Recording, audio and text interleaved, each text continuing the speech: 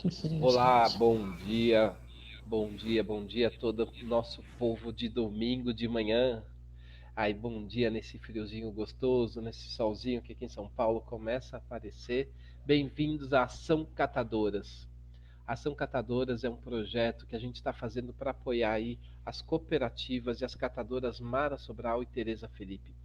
Elas têm uma cooperativas onde elas incluem muitas pessoas, organizam um trabalho maravilhoso e a gente está aí há mais de um mês com as lives, com o site https://catadoras.cinevozes.com.br.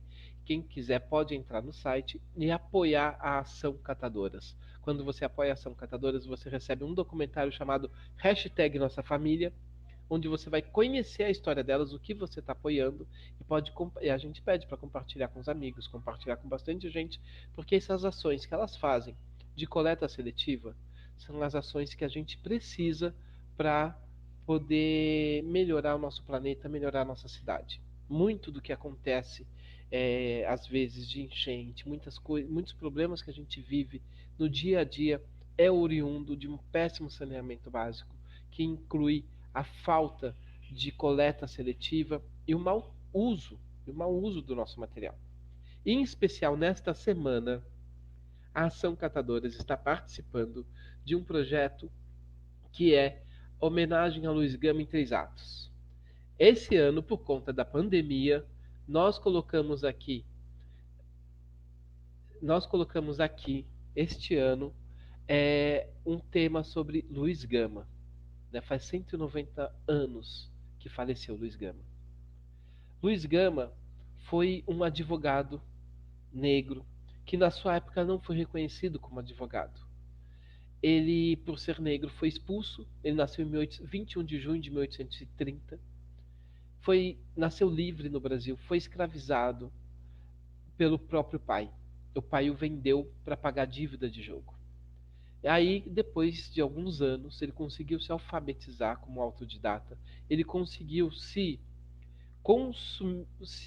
entrar no Largo São Francisco na faculdade de Direito, foi expulso da faculdade de Direito, não deixaram que ele estudasse lá dentro.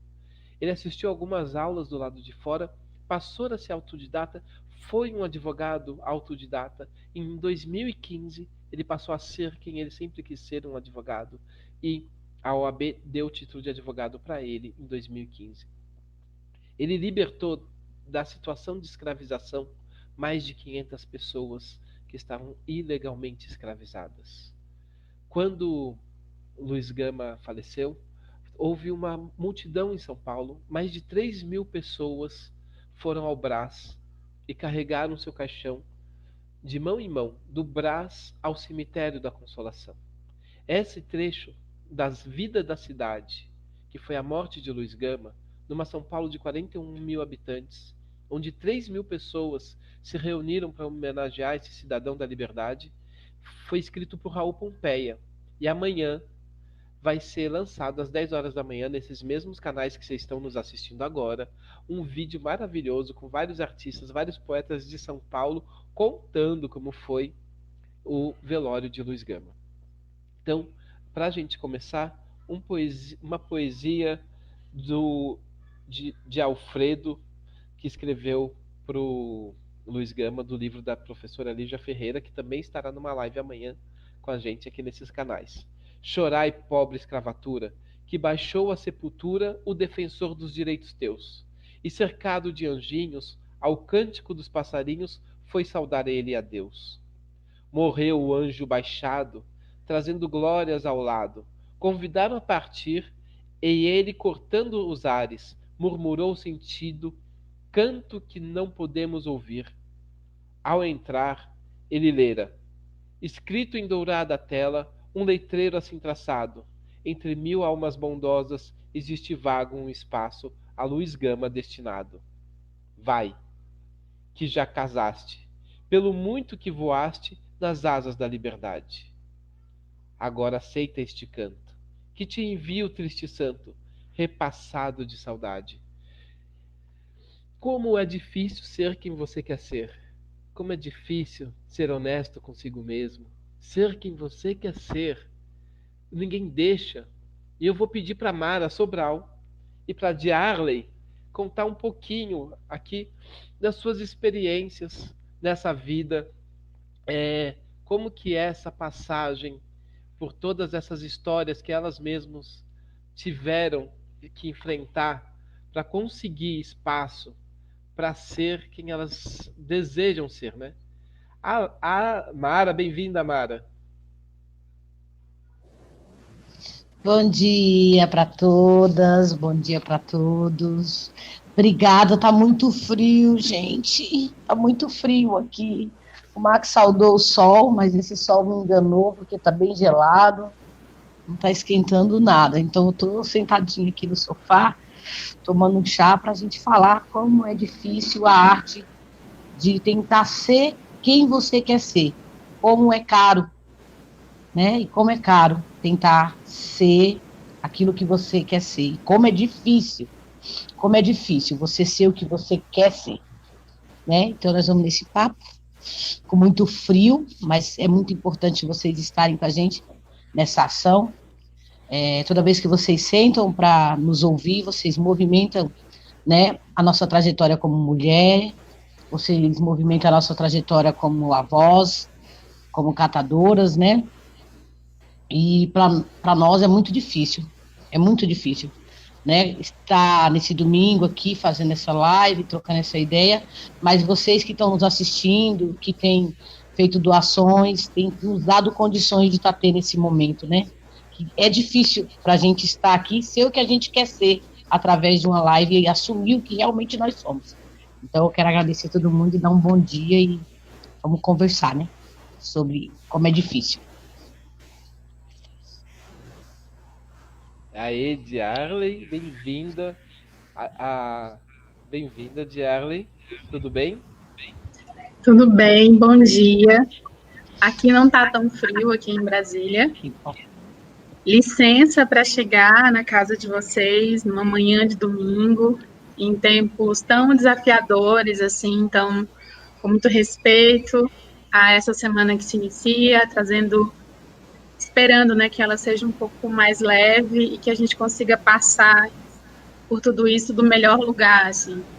Faço minhas as palavras da minha companheira de mesa aqui, que fortalecer essa luta é também esse lugar de escuta, de reflexão, de provocação, que também vale a crítica, mas o quanto é significativo também, numa manhã de domingo, parar e escutar mulheres negras nesse espaço de voz e vez, assim. Então, licença para chegar, assim, com muito amor e com um desejo profundo de que vocês estejam bem. A Diarley, gente, deixa aqui, né, fazer as pessoas aqui, a Diarley, a Diarley é ex-catadora do lixão de Brasília, pedagoga, educadora popular.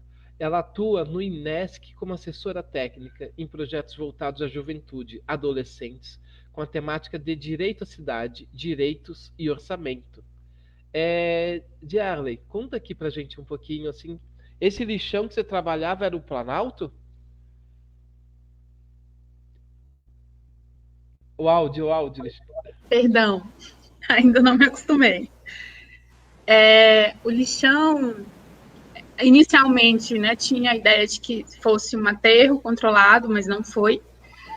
E, inclusive, eu moro na cidade estrutural que nasceu do lixão, né? Os catadores, inicialmente, o lixão nasceu junto com Brasília. Assim que começaram a construção de Brasília, planejou-se uma cidade, a capital do país, não levou em consideração que povos já moravam aqui, povos indígenas, comunidades quilombolas, isso não aparece na história, quando conta a história de Brasília.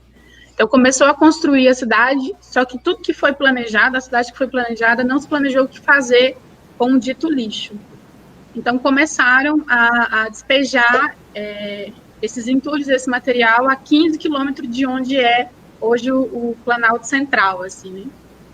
E algumas pessoas que migraram para cá sobre a esperança de conseguir trabalho e, enfim, né, desenvolvimento. Mas Brasília é uma cidade bem racista, ela foi muito oportuna para corpos brancos, para quem tinha estudo e conseguiu passar nos concursos, fazer uma vida dentro dos ministérios, mas a população preta, em especial a população que veio do Nordeste, alguns do Norte, não foram contemplados por essas ações, não. E assim nasceu o lixão. E ao redor do lixão, os catadores, que vinham trabalhar e aos poucos foram construindo barracos e nasceu essa ocupação que hoje é a cidade que eu moro e que eu tenho muito amor e muito respeito. Então, o lixão funcionava, está desativado há 1 ano, 2 anos. Eu moro do lado da entrada de onde era o lixão, hoje é um aterro. Estão tentando recuperar, né, assim, controlar essa área. Mas foi, durante anos, o sustento dessa cidade, assim. Parte da minha família, quase toda a minha família, segue catando hoje em cooperativas e galpões de triagem. Isso também não foi um processo tranquilo, não foi um processo inclusivo. Nesse momento é um desafio os catadores e catadoras lidar com isso, e também a pandemia. E aí pensar, né, historicamente, o que significa, qual é a cor de quem cata, né? E por que cata? E essa lógica também de que o que as pessoas catam, que algumas pessoas entendem por ser lixo, que não é lixo, é também o fruto do consumo desenfreado de uma população que tem muito, e uma população que não tem acesso, vê naquilo que é descartado a possibilidade de existir, de sobreviver e de construir sua história. A minha família é esse grupo, eu fui parte desse grupo durante 7 anos e meio, e por políticas públicas, por uma oportunidade, consegui transitar. Mas o lixão aqui de Brasília é a minha grande universidade, e tenho muito respeito às histórias que vivi, ao que vi, ao que senti, e a pessoa que eu pude me construir, que fui sendo construída dentro desse coletivo, na presença de catadoras e catadores, e eu destaco catadoras porque era um número bem maior, né, um número grande de mulheres, sobretudo mulheres negras, catando. Então, na capital do país, a 15 quilômetros do plano, há 2 anos, o lixão, o maior da América Latina, funcionava a céu aberto aqui, e é de lá que eu vim. Muito bem-vinda. Muito bem-vinda. Mara, assim, na semana passada a gente estava com o Roberto, né? E o Roberto falou que teve uma luta dos catadores. Uma das principais lutas dos catadores é que eles queriam ser reconhecido como catador, né? Que a profissão catador fosse reconhecida. Eu fiquei com bastante vergonha como artista, porque a gente como artista não tem a profissão reconhecida até hoje. A gente até tem um sindicato, mas quando eu vou lá acessar banco, nunca tem ator. Nunca tem ator. É outro, entretenimento, é autônomo, nunca tem ator, né? E fiquei com muita vergonha, porque os artistas não fizeram essa luta para se reconhecer como categoria de trabalhador, para ser realmente um trabalhador, né? E como que a gente pode falar para as pessoas, né? Essa beleza de eu sei, eu tenho a minha história, é isso, né? Eu sou catadora, eu tenho quero ser catadora, porque também tem um outro lado, né? Que às vezes as pessoas dizem, não quero que a pessoa seja isso, né? Vamos tirar ela, vamos dar uma oficina de artesanato para ela fazer artesanato, vamos dar um curso de parede, vamos tentar mover a pessoa desse lugar. Como que é para vocês essa história assim de se empoderar e ser quem vocês são? Para mim, particularmente, Mara, eu falo a grandeza de ser, né, quem você é, e querer ter o direito garantido de fazer o que você quer e fazer aquilo que você acredita. Então, a luta dos catadores foi muito grande. A gente existe há milhares, acho que 100 anos, 50, não sei, não tenho um dado disso. Alguns nos reconheciam como homens do saco, alguns nos reconhecem como o louco da carroça, olha lá, se você não for bonzinho, o carroceiro vai te levar, o doido vai te pegar. As pessoas nos chamam, né, de doido, de homem do saco, a nega doida, olha lá o homem fedido, a mulher fedida, o louco. Então, ser reconhecidas como catadoras, né, como mulheres que movimentam o trabalho no Brasil, foi muito importante, né? Mas esse reconhecimento veio também de uma posição de enfrentamento. Porque qual foi a nossa posição? Era muito dolorido. É muito dolorido ser filho da doida. É muito dolorido ser o filho daquele que não estudou e puxa a carroça, né? E aí, como a gente teve que mudar isso aos gritos, né? As caminhadas até Brasília. Como a gente fez com que as pessoas... Hoje existe um movimento, gente, muito lindo, né? O pessoal que é a favor das florestas, a favor disso, a favor do meio ambiente, a favor daquilo, Existem vários movimentos. Mas quando nós começamos a nos movimentar, nós não começamos a nos movimentar porque nós achávamos bonito. Nós começamos a nos movimentar à frente de uma carroça porque tudo nos foi tirado, tudo nos foi negado, todo o nosso direito foi sequestrado. Quando nos trouxeram, eles nos violaram de várias formas, né? Então, todo mundo fala, luta, não, a nossa luta é por direito que devia ser garantido. A gente passa mais tempo lutando pelos nossos direitos que deviam ser garantidos. Então, nós começamos a lutar pelo reconhecimento de nós como mulheres trabalhadoras, não como a Mara louca, não como o homem do saco. Essa é a dificuldade de ser quem você é num país racista. Essa é a dificuldade de você falar de Luiz Gama num país que roubou e sequestrou os nossos heróis, né? O herói dos meus filhos não é o Batman, não é a Mulher Maravilha. Então, falar de ser o que você é, falar de Luiz Gama, falar de um reconhecimento de uma categoria, de um enfrentamento, nos custa muito caro. Hoje nós somos reconhecidos como uma categoria, mas até hoje, quando eu chego em alguns lugares, as pessoas falam assim, você faz o quê? Qual é a sua profissão? Eu falo catadora. O quê? Eu falo catadora. O quê? Aí eu falo catadora de material reciclável. Porque as pessoas, elas tentam mudar a nossa história. Elas tentam apagar a nossa história. Outro dia eu fui num debate, né, numa reunião, a pessoa falou assim, o que você é? Eu falei catadora 3 vezes, ela falou, vou colocar agente ambiental. Eu falei, mas não, eu sou catadora. Não, mas eu vou colocar... Eu falei, por favor, coloque catadora. Me deixe ser quem eu quero ser, aonde eu estiver. É o que eu sou. Foi catando que eu criei e eduquei, que eu fui mãe, agora sou avó, né? E as pessoas têm que me dar o direito de eu querer ser o que eu quiser, né? Daquilo que eu escolhi, e esse direito me é tirado. Então, é muito difícil quando você decide se entender, quando você decide entender que você é uma mulher negra, catadora, lésbica, do santo, as pessoas querem anular, né? Aí eu tenho uma amiga que ela trabalha de empregada doméstica, aí a outra fala, não chama ela de empregada doméstica, chama ela de secretária.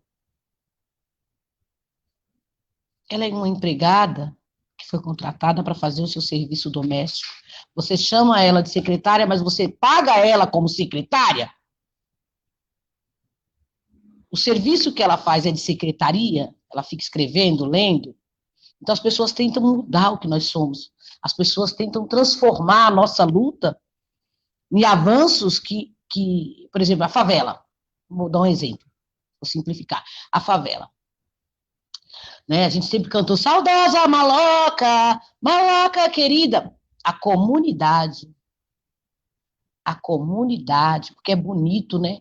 Quando você fala favela, você fala quebrada, você traz a responsabilidade daqueles que te deixaram lá. Então as pessoas não querem que fale que eu cato o lixo dela, mas é eu que cato, né? É eu que cato, o trabalho braçal fica para mim. O trabalho difícil ficou para mim, né? Então, a ser reconhecida como catadora, para mim, é de uma extrema importância, porque é o que eu sou, é o que eu me afirmo, é o que eu me sinto bem, é o que me traz a vida e traz a vida para minhas companheiras de trabalho, para minhas irmãs que estão ao meu lado. É catando que a gente canta, é catando que a gente cura, é catando que a gente chora. Então a gente tem que tomar cuidado porque as pessoas tentam anular a nossa identidade. As pessoas não querem deixar que a gente seja, né? O que a gente quer ser. As pessoas, elas procuram o que elas não acham bonito em nós, elas tentam mudar. E às vezes o que elas não acham bonito em nós é toda a nossa beleza, é toda a nossa força, é toda a nossa ancestralidade, é toda a nossa luta. Então nós temos que tomar cuidado quando as pessoas não nos reconhecem naquilo que nós queremos ser reconhecidos, né? E precisamos desse enfrentamento de reconhecer as pessoas do jeito que elas são e entender que elas têm esse direito. Porque não é favor você entender a felicidade do outro, é direito do outro. Você só tem que cumprir esse direito e deixar que as pessoas sejam reconhecidas como o Luiz Gama foi reconhecido, né, em 2015. É uma pena que demorou tanto, né? Mas aqueles que ele libertou através do seu estudo, através do reconhecimento, que carregou o seu caixão, sabia quem era Luiz Gama. Então ninguém pode tirar de você aquilo que você é. Por mais que eles queiram trocar meu nome, quem me conhece sabe que eu sou Mara, a catadora. Que lindo, Mara. Que lindo. Oh, Diarley, com você. E você, Diarley? Como que é para você essa perspectiva? Bem, aqui, organizando e nutrindo, e gratidão, Mara, por essa força. Muito axé, assim. Me chega de um lugar muito maravilhoso mesmo. Primeiro dizer que do meu lugar de fala hoje, em 2020, né? Algumas pessoas questionam, mas por que que você está falando, né? Por que que você traz essa coisa de que é escapadora, enfim. Há quem ache que eu não preciso falar isso, que eu deveria deixar isso para lá. Há quem ache que eu falo isso porque eu estou querendo trazer uma situação de vitimismo ou coisa assim. E há quem se incomoda com a minha aproximação e com, né, o meu segmento aqui acompanhando as cooperativas e a minha relação muito próxima com as catadoras, em especial as catadoras, né? E catadores aqui do DF. Primeiro que eu falo do lugar de alguém que catou e que hoje está em outro espaço, mas de alguém que reconhece que eu não estaria aqui se eu não tivesse passado por isso. Falo do lugar de quem tem uma família, tia, padrasto, mãe e irmã que segue catando. Falo do lugar de uma cidade, a cidade mais negra do DF e, consequentemente, a cidade mais pobre do DF, com um maior percentual de crianças e mulheres e negras, né, assim, que têm a sua vida, que sobrevivem graças à catação. Como educadora popular, eu também preciso trazer e fazer essa reflexão da minha vida, do meu lugar no mundo. E como Mara bem colocou, o tempo todo as pessoas tentam apagar a nossa história e quando a gente afirma, elas tentam clarear, né, essa história, assim, né? Te dar outros nomes, outros elementos. Pode parecer que esses outros nomes é um cuidado, é um carinho, é um amor, mas não é. É fugindo das suas responsabilidades mesmo. Como catadora e alguém que cuida e que pensa processos pedagógicos e que trabalha com crianças, adolescentes e juventudes, eu percebo que é difícil, como a Mara bem disse. Quando eu fui criança aqui, né? A primeira vez que morei aqui na Estrutural, eu sou paraense. Mas vim para cá, morei um tempo aqui quando era criança, voltei para o Pará e regressei já sendo jovem. Quando criança, a gente ia estudar na escola no Guará, porque aqui não tinha escolas, e ainda hoje faltam escolas aqui, a gente era recebido como os pés de Toddy, porque a nossa cidade não tinha asfalto e era um poeirão danado, e então a gente chegava na escola com os pés empoeirados, por mais que você tentasse limpar, e houve um dia que a gente começou a fazer a ideinha de levar uma garrafinha na água e limpar o sapato. Funcionou, quando eram poucos de nós. Mas quando eram todos nós fazendo isso dentro do ônibus, o que aconteceu? O ônibus virou um poço de lama e lá chegou a gente na escola, dessa vez não era poeira, era lama. Então, a gente foi zoado na escola. E a gente era os filhos de catadores, os filhos de lixeiros. Né? As pessoas nos tratavam assim. Filhos de lixeiro, seu pai come lixo, você come lixo. Era assim. A gente, imagine na infância, você está na escola para aprender e você é tratado e recebido assim. E de professores serem, né, agirem com muita discriminação. Então, o impacto que isso tem. No melhor dos sonhos, por essa questão da representatividade, muito dificilmente a gente vai imaginar ou sonhar em servir essa cidade, né, a comunidade, em servir a humanidade do outro, prestando esse serviço. No entanto, é muito importante a gente entender, primeiro, o processo histórico. De novo, a cor de quem cata. E por que cata? Passamos anos e anos de escravidão. Recebemos a dita liberdade. Uma liberdade que a gente não recebeu terra, a gente não recebeu nada. Quem nos escravizou foi indenizado, a gente não. Então, a gente ocupa a cidade, as periferias da cidade, não nos dão emprego, não nos pagam, nada. Então, a gente começa a ver naquilo que o outro jogou fora, que não existe fora. O fora é uma ilusão. Você achar que você juntou lá o seu pacotinho de coisas que você não quer mais e jogou fora na rua, na sua comunidade, na sua cidade, no seu estado, no seu país, no seu planeta. Ah, tá, então não existe fora.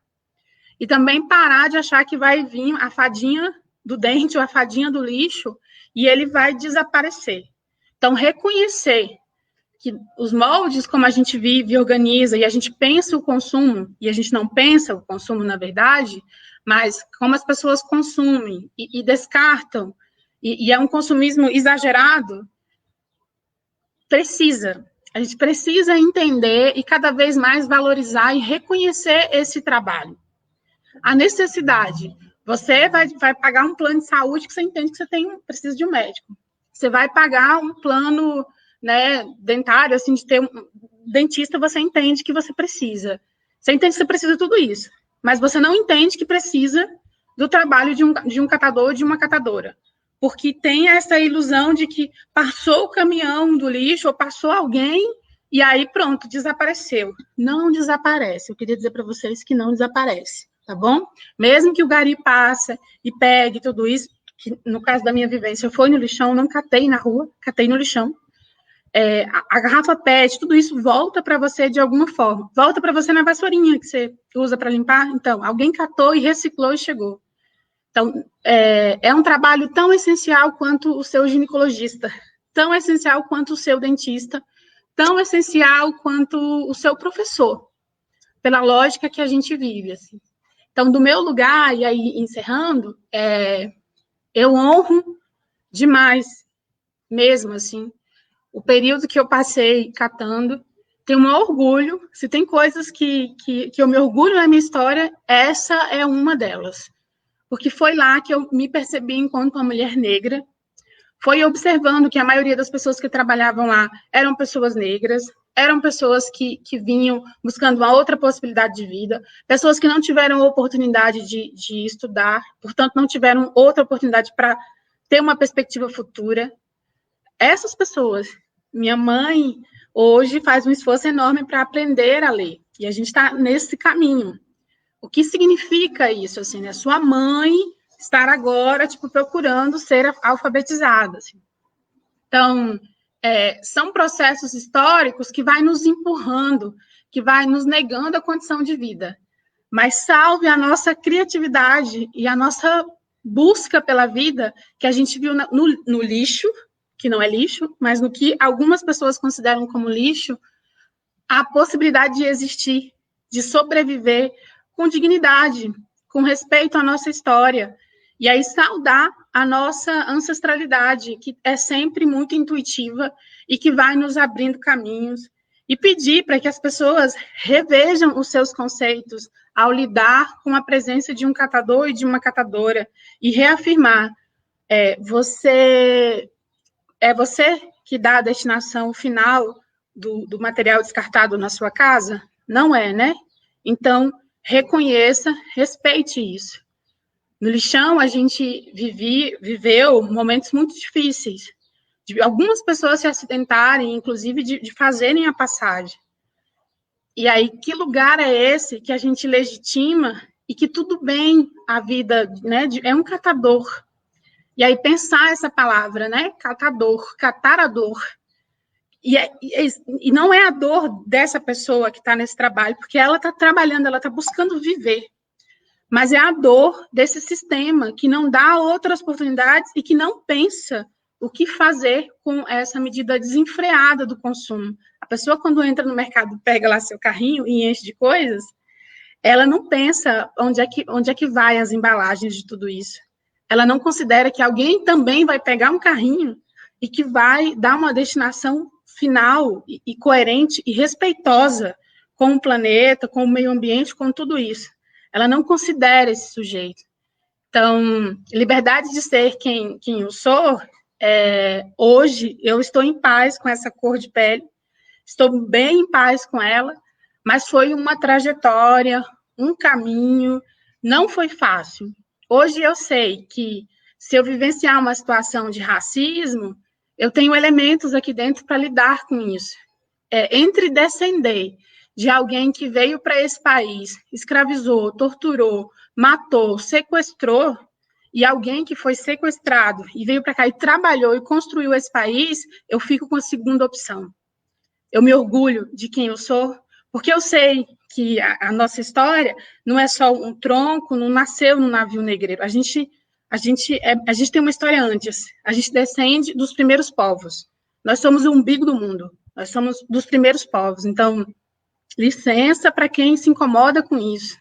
Eu estou bem. Eu sei de onde vim e sei com quem estou e sei para onde vou. Que maravilha, Diário. Muito prazer em ter você aqui com a gente, emocionante. Nossa. Gente, maravilhosa, Diana, maravilhosa, maravilhosa. É muito importante, nós sabemos tudo isso. É muito prazeroso, né?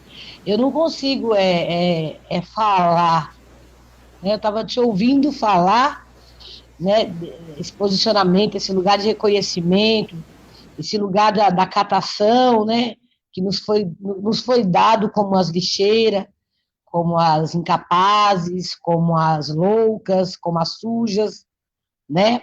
E as pessoas que ficam, às vezes nos ouvem falar, não sabem como isso reflete, né? Dentro da gente, ver as nossas famílias abaixadas, ver pessoas comendo resto do lixo, pedaço de pizza de manhã do lixo, porque não tiveram uma refeição. E quando a gente consegue vir à frente desse trabalho, dessa ausência do município, dessa ausência do Estado, porque existem culpados. Eu quero que todos que estejam nos assistindo entendam, existem culpados. Existem culpados nas condições dos catadores no Brasil. Que não é uma condição confortável, porque já vem com esse processo lá atrás do navio negreiro, desse sequestro, dessa tortura, dessa manipulação de um povo. Então, hoje a coleta seletiva, os catadores que estão à frente, né? A coleta seletiva em São Paulo acabou. A categoria perdeu os caminhões. Esse atual governo, essa atual prefeitura, tirou os caminhões dos catadores. Hoje não tem coleta seletiva dentro de São Paulo. Cooperativas foram fechadas. Companheiras minhas estão na rua, estão paradas, voltaram à frente das carroças, porque todo o nosso avanço, né, teve um retrocesso nesse momento. Porque existe um plano, eu quero deixar isso nítido aqui para qualquer um, para quem está me assistindo. Existe um plano para fazer com que a gente desista de ser o que a gente é. Existe um plano, e eu digo para você que é um plano mundial, de nos manterem acorrentados, de nos manterem debaixo das mesas. Quando eles veem que nós conseguimos, com toda a nossa ancestralidade, fazer, tratar o que eles chamam de lixo, fazer isso virar dinheiro e nos alimentar, eles vêm novamente nos tirando esse direito. Então, os catadores, eles precisam ter esse lugar de reconhecimento. Esse lugar de reconhecimento, as prefeituras, esses caras que estão para se eleger, gente. Essas pessoas, vereador, prefeito, quem tiver aí para se eleger, vocês que estão nos assistindo precisam se posicionar e perguntar qual é o seu plano para a categoria, qual é o seu plano para os catadores. Não é tapinha nas costas, beijo no rosto, não. A gente precisa falar, vocês precisam contratar essas trabalhadoras, porque o que os municípios fazem com essas mulheres, eu não falo que é trabalho escravo, né? Eu falo que é trabalho forçado, é trabalho de tortura, é trabalho doloroso, é um trabalho que não dá para dizer que o município não reconheça uma categoria dessa como trabalhador. O município não paga essas mulheres são tratadas como loucas, eu sou tratada como louca, como as sujas, né? Então nós precisamos nos posicionar, quando a gente fala, eu sou ambientalista, ambientalista. Ambientalista. Você precisa, para começar a ser um ambientalista, você precisa primeiro reconhecer a mulher negra que passa na rua da sua casa com a carroça. Você precisa cobrar daqueles que vocês votaram, não gosto de política, mas é através da política pública que se gera condições de dignidade para essas mulheres negras, para essas trabalhadoras. Nós precisamos sair dessa zona de conforto e falar, eu não gosto de política. Precisamos discutir política pública para a nossa categoria de trabalhadoras. Porque as catadoras de São Paulo, as catadoras do Brasil, as cooperativas que estão à frente, catadoras, precisam de um reconhecimento dos municípios. Precisamos parar de passar por cima desse assunto, sabe? De doar, um doa um pouquinho, outro doa um pouquinho. Eles precisam ser reconhecidos como trabalhadores. A coleta seletiva não pode ser plataforma de lavagem de dinheiro, de empresas milionárias que exploram essas mãos de obra. Precisamos colocar essas mulheres na posição de reconhecimento, precisamos nos colocar na posição de reconhecimento e trabalhar a favor das nossas trabalhadoras, dos nossos trabalhadores. Não podemos ficar calados a esse trabalho de desigualdade que existe dentro das cooperativas. Eles precisam ser remunerados. Eles são capazes, eles vêm fazendo esse trabalho há anos. Precisamos dar um passo à frente, mais uma vez, a favor das catadoras. Porque é muito dolorido ser quem a gente quer ser, quando as pessoas simplesmente não nos enxergam, não querem nos ver, não querem nos reconhecer.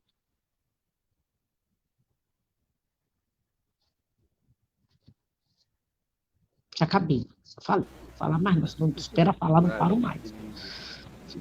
Eu fico... Que lindo. Sabe? Eu fico... Não, o reconhecimento, ele é de primeira importância para que as pessoas se sintam até capazes de chegar em algum lugar, né? Umas pessoas que tentam dizer que você não é o que você é, muitas vezes gostam de bater no peito e falar, eu sou catalão, eu sou italo, eu sou polaco, eu sou da Espanha, né? Gostam de bater no peito e dizer de onde vieram. Mas quando o outro diz de onde veio esse outro, coloca na responsabilidade da identidade dele, que ele só é aquilo porque alguém morreu, porque algumas terras foram fertilizadas com outro sangue, aquela identidade dele se torna responsável. Então precisa de um nome que não diga nada, como agente ambiental. Não posso dizer que eu desperdiço e eu descarto corpos como descarto consumo e eu sou descartador e responsável. Então, na verdade, muitas vezes é importante descaracterizar aquilo que o outro é ou amenizá-lo para que o outro que não tenha os seus privilégios ameaçados e não incomode os privilégios, né? Então ele pode ficar lá um pouquinho na sua zona de conforto. Meu nome é Max Moratório de Macedo, né? E um dia eu encontrei um camarada que era Macedo, ele falando Não, porque nós então, será que a gente é primo? Eu falei, com certeza não, você é não sei o que, Macedo. Provavelmente, se seu restaurante que você tem é porque a sua família escravizou parte da minha família, né? Então ele era do Ceará, meus tataravós foram escravizados no Ceará e provavelmente não. Então, se a gente tem esse prefixo de no nome, né? O de é porque quando havia escravidão, você recebeu o nome de e era o de do escravocrata. Então, a ausência, tanto que quando as pessoas chegaram no Brasil também, não podiam manter o seu nome de África, agora há esse movimento da juventude, da modernidade, retomar os nomes africanos. Você era obrigado a ser batizado, você era obrigado a rever seu nome e falar outra língua. A necessidade de você ser quem você é, ou até ter a cor que sempre, na época do Luiz Gama, tinha o poema Bodarrada, porque naquela época, em vez de mulato, eles usavam bode, né? Depois que tanto falaram do bode, que eles trocaram de bode para mulato, para mula. Então, na verdade, sempre tentaram amenizar aquilo que eles mesmos fazem, né? Inclusive esse poema Bodarrada do Luiz Gama é um poema que ele chama Quem Sou Eu? E ele fala assim: quem sou eu? Que importa quem? Sou um trovador proscrito, que trago no fronte escrito esta palavra: ninguém. Aí ele coloca, é um poema muito longo, ele coloca: amo o pobre e deixo o rico, vivo como tico-tico, não me volvo em trovelinho, vivo só no meu cantinho, da grandeza sempre longe, como vive o pobre monge. Tenho muitos poucos amigos, porém bons, que são antigos. Fujo sempre à hipocrisia, à sandice, à fidalguia das manadas desses barões. Anjo bento, antes trovões, faço versos, não sou vate, digo muito disparate, mas só rendo obediência à virtude, à inteligência. Então Luiz Gama ele vinha com essa necessidade de ser ele mesmo. Ele vinha com essa força de postar, não, sou negro sim. Né? E lá ele fala assim, todo mundo tem um pouco de bode, dos rabichos, quem não tem? E ele vai trazendo, vai insistindo. Só que quando você fala quem você é, o outro precisa se relacionar com quem ele é diante do que você é. Como a Mara bem disse, se alguém assume essa, e a Diarley traz catador, né? Se assume essa posição, eu sei que eu sou responsável que isso existe. E eu sei que eu não reciclo. Eu não ponho lá as minhas sacolinhas no lugar certo. Eu sei que eu não tenho o trabalho de lavar o meu material. Eu sei que eu não me responsabilizo por isso que me traz um privilégio hoje que eu não abro mão para resolver essa situação. E é tão importante que os indígenas desse país se levantem, digam que eles são, como faz o Krenak e outros tantos por aí. É importante que as catadoras se levantem, se reconheçam e façam a gente, nos obrigue a reconhecer esse trabalho que é primordial, né?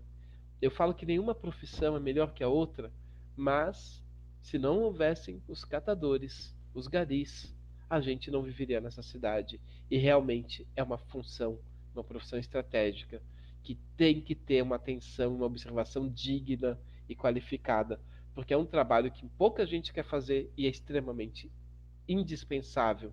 Ninguém quer entrar num hospital imundo, numa escola suja ou numa cidade cheia de enchente porque ninguém recolheu o material que estava descartado. E esses corpos que coletam não são descartáveis. São corpos humanos, normalmente de mulheres, de mães, mães como Luísa Marim, que sumiu do Brasil de repente.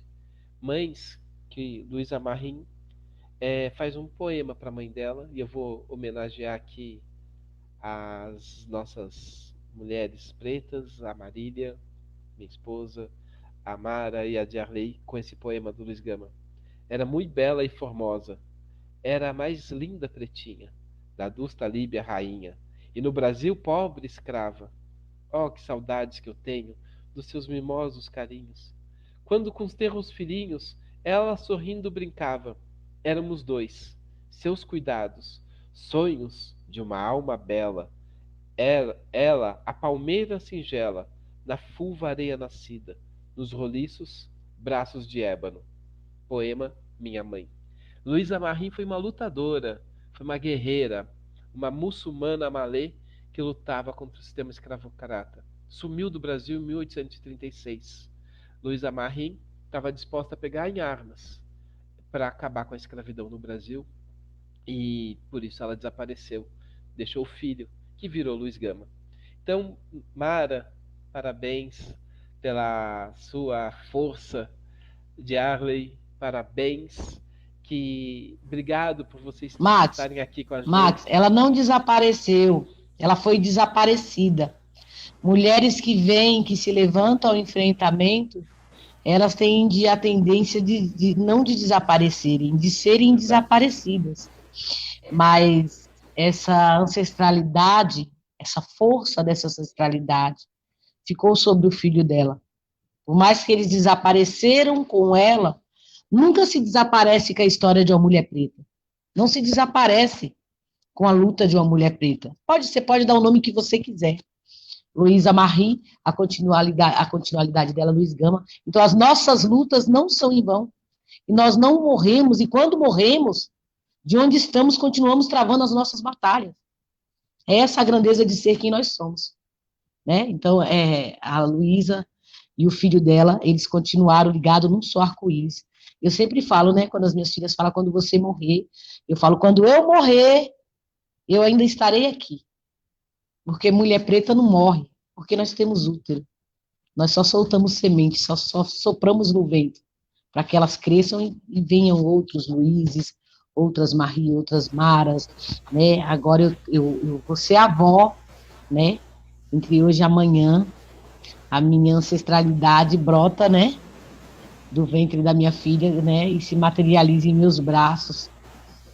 E então não adianta, né? Esse povo vem tentado, tem anos e anos e anos, que eles tentam nos desaparecer com as nossas histórias. Mas as nossas histórias não desaparecem, nós não desaparecemos, não adianta. Né? Não adianta se levantarem, tentarem, porque nós somos ancestralidade, nós vamos estar aqui sempre até que vocês reconheçam o que vocês fizeram com o nosso povo, até que vocês assumam as suas culpas, até que vocês soltem as nossas histórias, até que vocês tirem a mão daquilo que é nosso, tirem a mão da nossa negritude, da nossa coragem, das nossas águas, da nossa ancestralidade, da nossa fé, do nosso amor, da nossa afetividade. Então, vocês não desaparecerão com nenhuma de nós, porque nós somos semente e nós vamos brotar nessa terra até o dia que vocês reconhecerem tudo o que fizeram e pararem de fazer conosco. É isso mesmo. É isso mesmo. Yarley?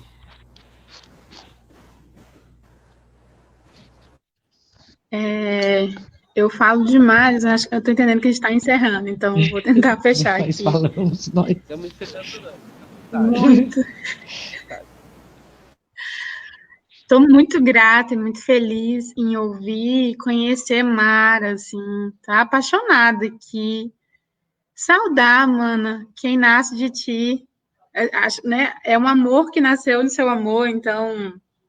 E isso, né? Alguém que escolhe nascer nesses tempos é alguém de muita luz, muito decidido, muito axé mesmo, né? Que venha com muita saúde mesmo, saudar, muito feliz.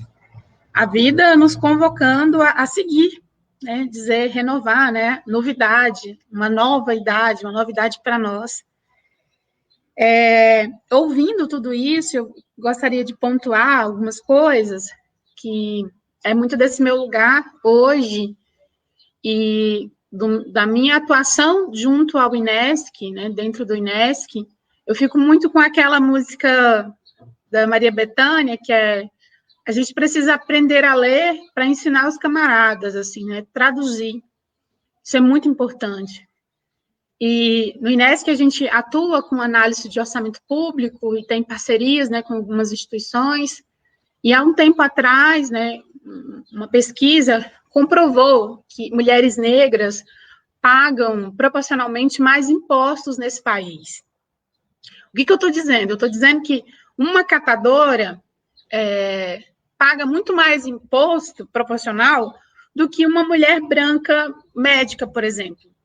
Isso tem a ver com o fato de que o que a catadora conseguir, ela vai gastar todo esse recurso consumindo.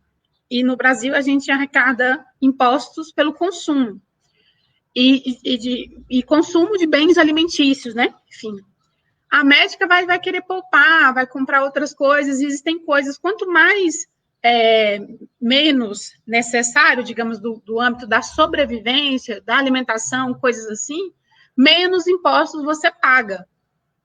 Então, significa dizer que os recursos que a gente tem, os recursos públicos, saem dessas mulheres negras, e aí são as catadoras, as agricultoras, as lavadeiras, as mulheres, né, que trabalham fazendo faxina, são elas que alimentam esse governo, o nosso Estado.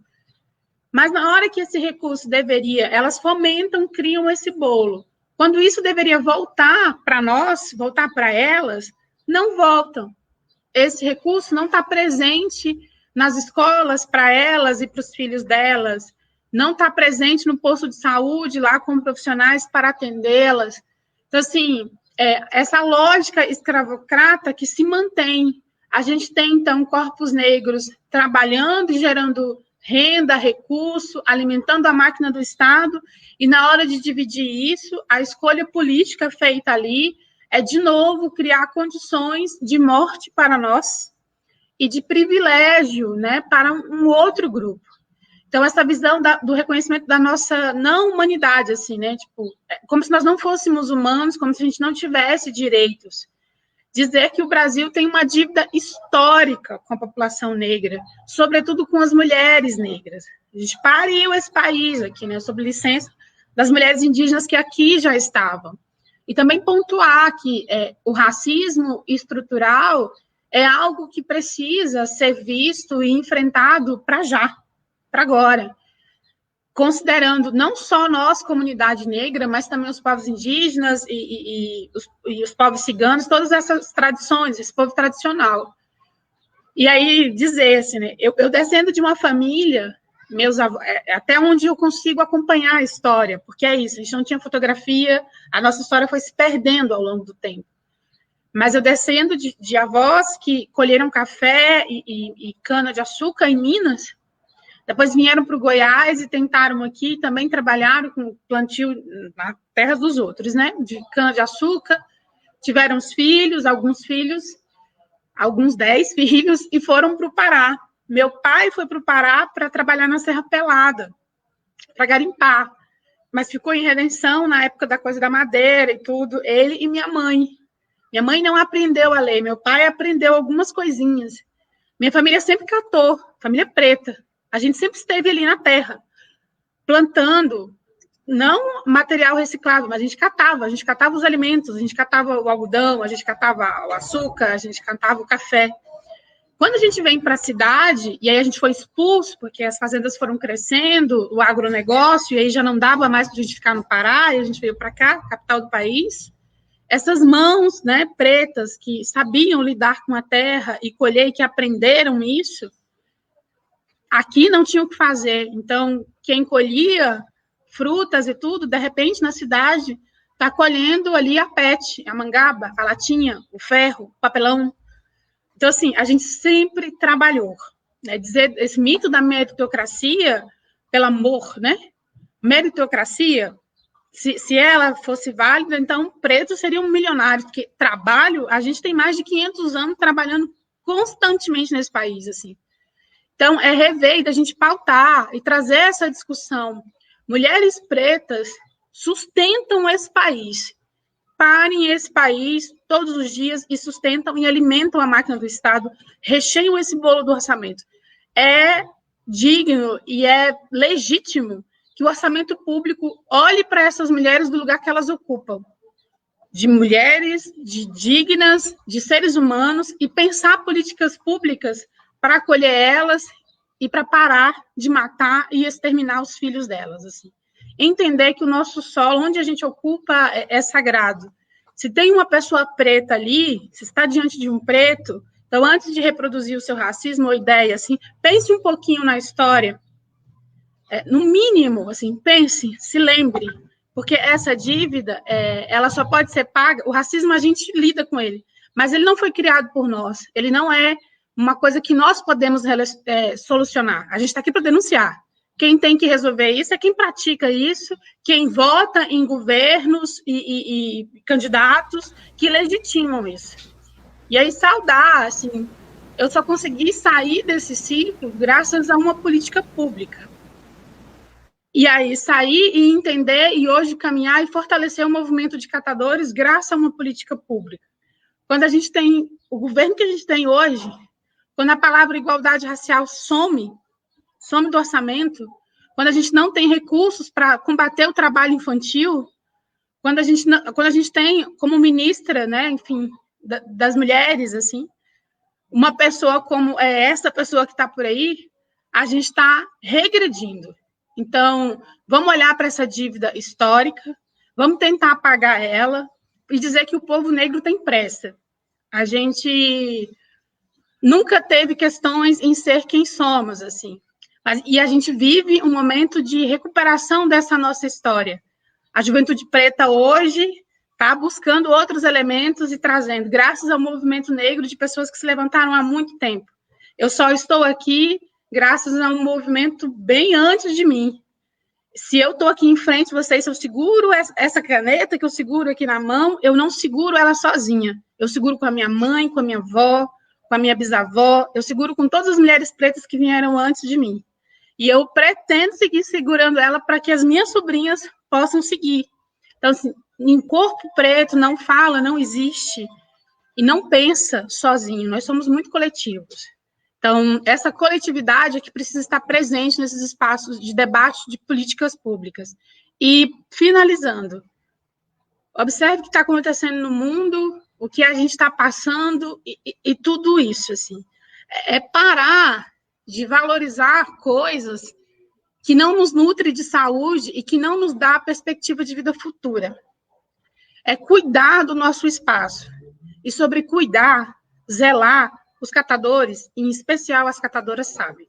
Então, que a gente saude e que a gente reconheça, que a gente abaixe a cabeça e que a gente peça a bênção, né, a essas mãos que estão aí, trabalhando, limpando e nos convocando a reaver a nossa forma de estar no mundo, a nossa forma de descartar coisas. Então, saudar essas mulheres. Arrou. Que amém, maravilha, axé, tudo de bom. Você sabe que uma vez quando começou essa história, né, a sutileza dessa exclusão na política pública, na história, na economia, eu senti na pele em agosto, quando eu estava no segundo colegial. Eu lembro que era agosto porque todas as minhas férias eu passava no Rio de Janeiro. Minha mãe é branca, meu pai é negro, passava no Rio de Janeiro com a minha família negra. E a minha avó contando que ela começou a trabalhar com 12 anos, em 1945, e aí ela pegava aquele dinheirinho, como ela era meieira, né, ela ainda estava na roça, mas ela saiu da roça para ir na cidade com 12 anos, trabalhar de empregada doméstica, e aí o que ela fazia com dinheiro, como ela separava toda a economia dela, né? E aqui em São Paulo tinha uma realidade totalmente diferente, então era muito curioso escutar a minha avó falando, né? A atividade econômica que ela tinha já com 12 anos de idade, não sei o quê, né? Como quase chefe de família, ajudando os irmãos, não sei o quantos irmãos. Aí, cheguei em agosto, a minha professora de história, ou de geografia, na época, fala assim, há uma prova sobre economia do Brasil, história da economia, as mulheres entraram no mercado de trabalho em 1970. Aí fez uma confusão na minha cabeça. Eu falei, peraí, acabei de ouvir uma outra história. Porque ela já estava fazendo muita economia. Ela falou, não, mas isso não conta. Eu falei, mas como não conta? Aí eu não aceitei fazer aquela prova. Eu matei a aula, fui para a biblioteca e comecei a ler, escrever e procurar e perguntava para as pessoas. Ninguém entendia a minha pergunta, nem eu sabia elaborar de fato a minha pergunta. Mas enfim, pesquisando logo voltei para a escola e falei, professora, mas está errado. As mulheres negras participam da economia do Brasil desde antes de chegar no Brasil, porque quando era capturada em África já tinha preço. Quando chegava aqui era vendida, e o que elas produziam já gerava receita para o país. Café, cana-de-açúcar, ama de leite. Como que não conta? Ela não sabia me responder naquela época. A professora não sabia, ela tinha que passar o que estava no livro que o MEC mandava. Mas essa provocação, né, de trabalho intenso, né, e aí você começa a entender essa história de feminismo negro, porque para muita gente é difícil entender que nos anos 80 as feministas falavam assim: a gente não é feita para lavar cueca de homem, mas a outra mulher é, né? A mulher preta é, aí ela põe outra, mas não é bem mulher. E aí elas hoje ficam constrangidas quando uma mulher fala de feminismo negro, mas elas construíram isso, né? Porque elas não, elas se tiraram de um espaço e colocaram outra mulher, na verdade, naquele espaço que elas não queriam estar, mas colocaram outra. Quando não se silenciavam os abusos, aos estereótipos, as violências que esse lugar trouxe para a grande maioria. E então é super importante, Diarla e Mara, vocês trazerem essa identidade, né? Porque ser quem você é muito confortável quando você é filho de alguém, filho do rei, quando você é o príncipe, né? E não precisa e não se compromete, mas é muito desconfortável o príncipe descobrir que a riqueza dele vem da pobreza do plebeu, né? É muito desconfortável para ele ter que encarar que a fartura dele vem da miséria do outro. Então, eu acho que ser quem a gente é, revolucionar as identidades das pessoas, trazer que a Diarla e a Mara, mesmo em situações precárias, assim como o Luiz Gama, numa situação de escravização, numa escravização onde o direito era escravocrata, a religião era escravocrata, a Constituição era escravocrata e a moral era escravocrata, se fez anti-escravocrata. Eu acho que isso traz para as pessoas uma liberdade e uma paz com o seu corpo, com a sua cor, com a sua história, e seja quem você é, né? E seja quem você pode ser. E vá mais longe ainda. E quem puder aí, né? Lembre-se de apoiar nossa ação Catadoras, que eu esqueci de falar, me empolguei com os assuntos. Entra no nosso site, https://catadoras.cinevozes.com.br. Apoie o nosso projeto, receba o nosso documentário. Vejam como a Mara e a Dona Teresa são pessoas que trazem essa luz pra gente, inspiradora, de ser quem elas são. Apoie o nosso projeto. É isso. Mara, Diarla, com vocês. Bom, eu vou me despedindo, né? Que a gente já está em cima do horário. Quero agradecer, quero pedir para que as pessoas contribuam, né, com a nossa ação, que é muito importante para que a gente consiga se movimentar, falar, né? Quero pedir para as pessoas participarem da rifa, né? Do nascimento do meu netinho, para contribuir nesse momento do parto, né?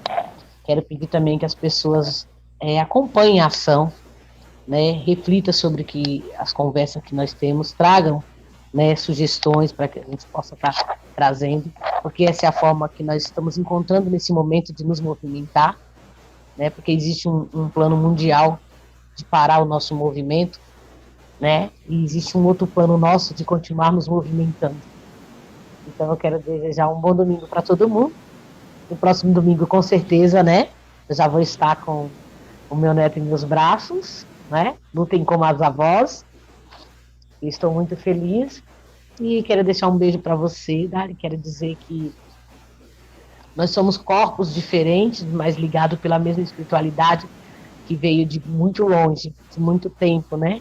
São só corpos. Nós, mulheres negras, temos corpos separados, mas todas nós fazemos parte um pouco uma da outra, né?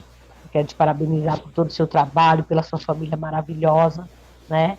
Eu quero desejar que os seus movimentos alcancem outras pretas. Quero desejar que todas as mulheres que estão se movimentando a favor da vida, a favor de nutrir as outras pretas nesse momento de pandemia, né, de poder alimentar outras pessoas, tanto com informação quanto com comida, gente, né? Eu quero dizer para vocês que não desistam, continuem se movimentando, não deixe que eles nos paralisem, né? Vamos ser o que nós sempre fomos, né? Um movimento negro que é mundial, e isso eles não vão parar. Bom domingo para vocês. Um beijão da minha parte. E tchau. Eu já tô indo por aqui. Jarley?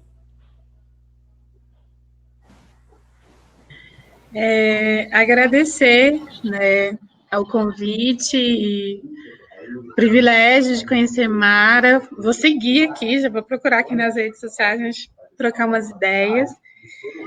Desejar uma boa hora para a sua filha e uma boa chegada para o seu neto, que venha com muita saúde mesmo, assim, que celebre muito, é importante. Às vezes a gente fica nessa, né, muito desespero, as notícias e tudo que está acontecendo, com todo respeito a quem teve alguém que fez a passagem, mas é isso.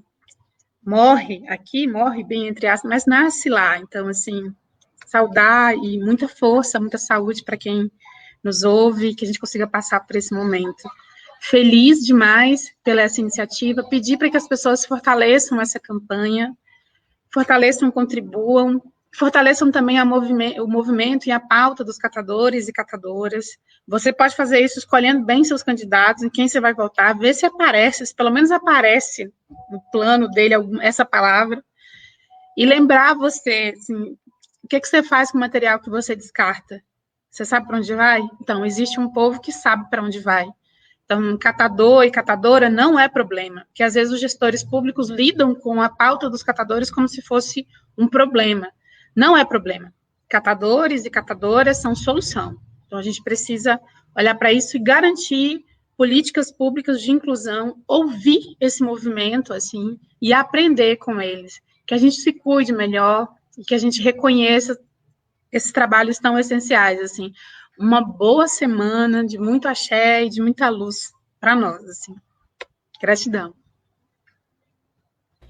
Gente, obrigado pela presença de vocês. Riquíssima nesse dia que a gente pôde contemplar e pensar essas nossas existências, essas coexistências, as relações que vão trazendo a gente para pensar melhor o dia de hoje, né? Eu, como acompanho aqui a caminhada Luiz Gama desde 2010, 2013, a gente está sempre trabalhando aí para fazer um projeto para que as pessoas conheçam, né, mais essa história do Brasil que foi apagada, essa identidade que tentaram não reconhecer. A gente tem aí ainda nessa programação. Hoje, agora está acabando aqui o segundo ato, que chama A Palavra. Nós tivemos o primeiro ato, que foi do Gama para os advogados, está na rede social do Jornalistas Livres, do Jornal Empoderado, na página do Facebook do Caminhada de Luiz Gama. E aí tivemos ainda o segundo ato, Luiz Gama para escritores, Luiz Gama para jornalistas e essa ação Catadoras, que é 190 anos de Luiz Gama e a liberdade de ser o que se é. E vai reprisar hoje às 19 horas nesses canais também. Então ajudem a divulgar. Vamos espalhar essa emoção, essa história, essa verdade para as pessoas. E quem puder acompanhar, convide, participe, se inscreva no canal Cine Vozes, do Facebook, do YouTube, Jornalistas Livres, Jornal Empoderado, porque amanhã, dia 24/8, às 10 horas da manhã, vai estrear o Cortejo Virtual do Luiz Gama. A última página da vida de um grande homem, texto escrito por Raul Pompeia, que foi narrado por mais de 26 artistas. Então a gente espera que vocês possam ver, gostem e compartilhem desse belíssimo vídeo. Amanhã, às 18 horas, a gente vai ter uma live com a Lígia Ferreira e o Dr.